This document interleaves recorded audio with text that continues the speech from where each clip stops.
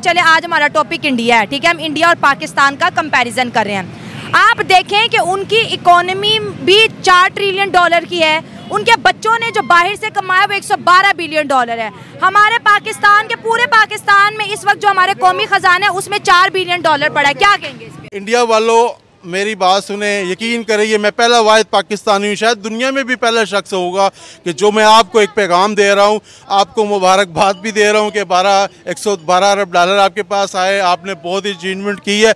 मगर शुक्र अदा करे कायद-ए-आज़म का जिसने इसको अलहदा किया इस खिते को।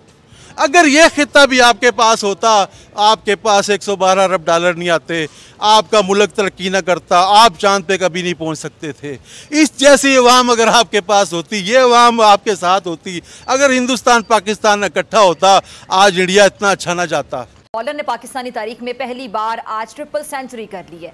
हैरान हूं, दिल को रूंगे पीटू में जिगर को। शायद ज्यादा जो खतरनाक बात है वो यहाँ पर ये है कि अब भी रुपए के खिलाफ ये धुआंधार इनिंग खत्म होने के कोई आसार नहीं है। कायद-ए-आज़म ने पहला जलसा किया ना पेशावर में, तो कुर्सियों पे अफसर लोग बैठे हुए थे और गरीब आवाम खड़ी थी बेचारी। तो कायद-ए-आज़म ने मुखातब होकर अवाम से, उनको कुर्सियों वालों को कहा, आप लोगों के लिए मैंने ना ये पाकिस्तान बनाया है। कुर्सी वालों को उसी टाइम कह दिया था, पहले जलसे में कायद-ए-आज़म ने कह दिया था। और पठानों को हम समझते खरदमाग कहते हैं ना, पठान कौम खरदमाग है, इसको समझ नहीं आती। और पठान उसी दिन समझ गए थे कि हमारे साथ हाथ हो गया है। और जो खड़े थे बेचारे गरीब, उनकी तरफ कायद-ए-आज़म ने कहा था आप लोगों ने सारी उम्र इसकी हिफाजत करनी है। और वही हो रहा है कि गरीब हिफाजत कर रहा है। अगर हम सिर्फ इंडिया से दोस्ती कर लें ना, दोस्ती कर लें, तो हमारी आधी गुर्बत ख़त्म हो जाएगी दुनिया से। आधी गुर्बत, यकीन करें अल्लाह की कसम, गुर्बत ख़त्म हो जाएगी। वहाँ पे चंद्रयान 3 का जहाज जा रहा था, सियारे पे चांद पे वो जा रहे थे, तो यहाँ शायद ये सब दुआएं कर रहे थे, या अल्लाह ये नाकाम हो जाएं, या अल्लाह दुआएं भी बहुत हो रही हैं। कम लोगों ने की होंगी ना, ज़्यादातर तो कोई भी नहीं चाहता कि इंडिया भले भूले। दिलों में तो बुग़्ज़ है ना।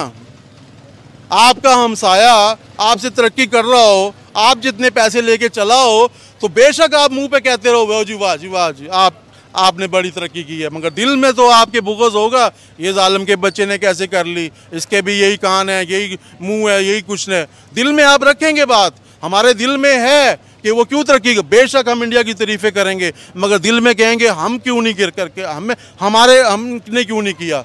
हम में मुनाफ़िक़त बहुत है, हम मुनाफिक लोग हैं, इसीलिए हम उन जो भी आते हैं हमारे मुल्क में, सुबह नींदर मोदी आ जाए, ये सारे लोग उसको सलाम करने चले जाएंगे, कहें मोदी साहब आ गए हैं जी, सलाम करने चले जाएंगे। ठीक है, दिल में गालियां दे रहे होंगे और ऊपर से हेलो हेलो कर रहे होंगे।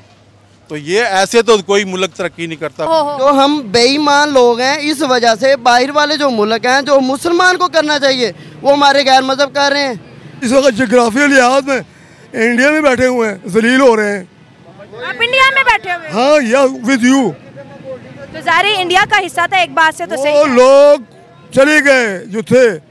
पाकिस्तान में हमले ना रुके और मुसलसल जो है हिंदुओं पे, सिख कम्युनिटी पे अटैक्स होते रहे। तो आप ये ना कहें कि वहाँ पे जुल्म होता, अगर होता तो आज वहाँ पे 27 करोड़ जो है मुसलमान ना होते। हमारे दिलों में नफरतें क्यों भर दी गई हैं, इसकी वजह क्या है? आपको पता है कि हमारी इंडिया में हमारी जो मस्जिदें वह गिराई गई थी। कौन सी मस्जिदें गिराई गई? मस्जिदें वहाँ पे गिराई थी, मुझे उनका नाम याद नहीं। तो आपके लिए दीन पहले है? दीन पहले है और कौमियत पाकिस्तानी होना। पाकिस्तान का तो नाम निशान ही नहीं है, वर्डी सही नहीं हुई। दुनिया के ट्रेंड चेंज हो चुके हैं, ठीक है, क्योंकि दुनिया अब चल रही है इकोनॉमी के ऊपर।